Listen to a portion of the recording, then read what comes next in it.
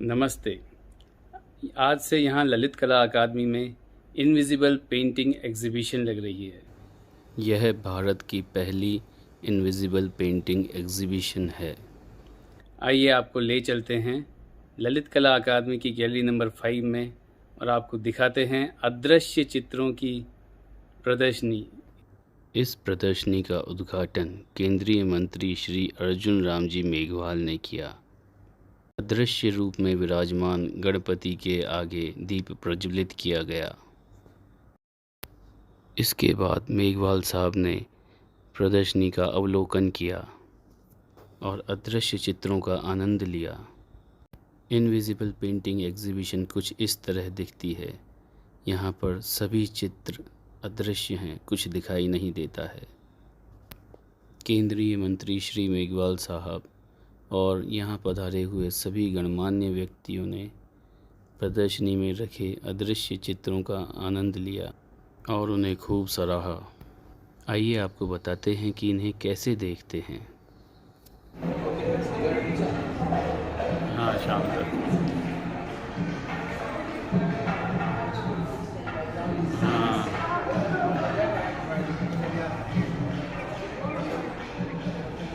हाँ, वही वही बात है। ठीक है ना। इन अदृश्य चित्रों को देखने के लिए पहले हॉल में लाइट बंद की जाती है और जब अल्ट्रावायलेट लाइट इन पर डालते हैं तो ये चमक उठते हैं। आइए एक एक करके सभी चित्रों को देखते हैं। पहली तस्वीर है महान गणपति देव की। दूसरी तस्वीर है हमारे प्यारे प्रधानमंत्री मोदी जी की। तीसरी तस्वीर है राजस्थान के गौरव माननीय मंत्री जी की। चौथी तस्वीर है श्री JRD टाटा की और पांचवी धीरूभाई अंबानी जी की। अगली तस्वीर ये बता रही है कि हमारे बापू देश में हो रही हिंसा से कितने व्यथित हैं और उनकी आंखों में खून के आंसू आ रहे हैं। अब इस तस्वीर को देखिए, यहाँ पुष्प वर्षा हो रही है, अर्थात कोई महान देव, कोई दिव्यात्मा यहाँ अदृश्य रूप में है जिसको सभी लोग देख रहे हैं, निहार रहे हैं। जी हाँ, ये हैं हमारे प्रभु श्री राम, जिनकी महिमा और जिनकी दिव्यता अपूर्व है। जय श्री राम। यह तस्वीर एक सैनिक की है जो युद्ध से निवृत्त होकर अपनी प्रेमिका से उसका हाथ मांग रहा है। और दोस्तों, ये है बकिंगम पैलेस और वहाँ की famous change of guard ceremony. और ये है भारत का एक अदृश्य गांव। विडंबना है कि धीरे धीरे सभी गांव अदृश्य होते जा रहे हैं। यह तस्वीर है किसी राजकुमारी की जिसे हमने एंटीक लुक दिया है। दोस्तों, यह तस्वीर हमने यूक्रेन युद्ध से प्रभावित होकर बनाई है। इसमें एक बच्चा युद्ध की सारी चीज़ें देख रहा है। युद्ध समाप्त होने के बाद भी ये सभी यादें उसके मस्तिष्क में ऐसे ही बैठी रहेंगी और जीवन भर उसे परेशान करती रहेंगी।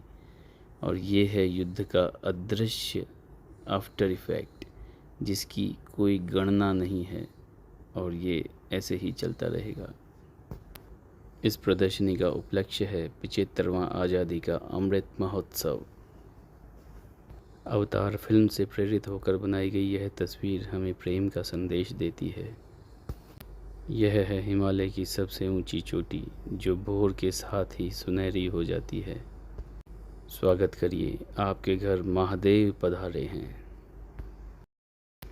सुंदर एफिल टावर देखिए, नियाग्रा फॉल्स का विहंगम दृश्य।